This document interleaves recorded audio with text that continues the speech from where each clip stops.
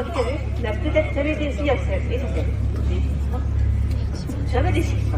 En Europe, 4 personnes sexualisées handicapées sur 5 subissent des violences et homosexuelles. 60% des personnes sexualisées handicapées subissent des violences physiques ou sexuelles de la part de leurs partenaires contre 17% des femmes dites adultes. Près de 90% des personnes sexualisées avec des troubles de spectre de l'autisme déclarent avoir subi des violences sexuelles, donc 36% à 14 ans.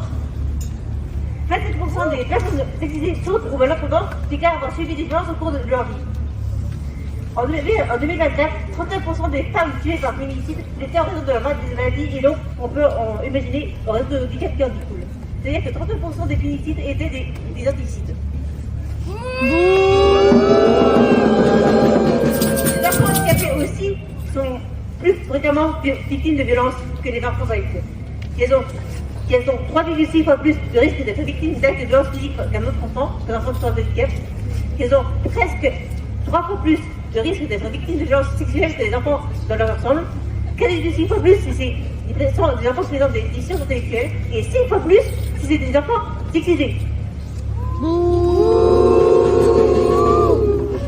Cette différence de fréquence de violences subies entre valides et handicapés est due à la plus grande vulnérabilisation des personnes handicapées.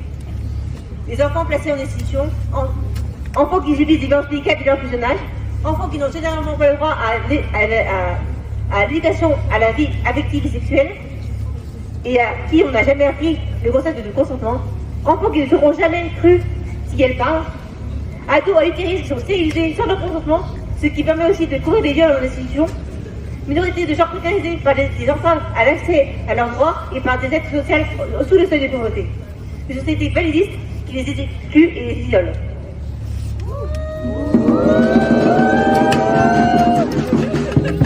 Et cette année, la vulnérabilisation des personnes handicapées par leur précarisation prend un nouveau tournant.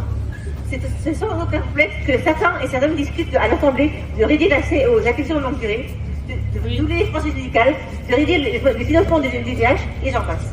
Toujours dans le but de préserver l'enrichissement exponentiel des ultra-riches. La casse de notre modèle social et de nos services publics fera beaucoup de victimes, à commencer par les plus précarisés dont font partie les personnes handicapées. Les violences sexuelles et les violences sociales aussi seront encore plus facilitées. Mais pas d'inquiétude, puisque la loi validiste et hygiéniste appelée loi de vie sera bientôt votée par le Sénat. Comme ça, si tout devient trop insupportable pour nous, on pourra facilement se suicider. Ne vous faites pas avoir pour le dernier progressiste de cette loi. Elle est portée depuis très longtemps par des lobbies eugénistes, non pas pour améliorer les fins de vie, mais pour permettre la mort de celles qui ne seraient plus placées dans la norme validiste pour que leur vie soit considérée comme digne selon ces lobbies.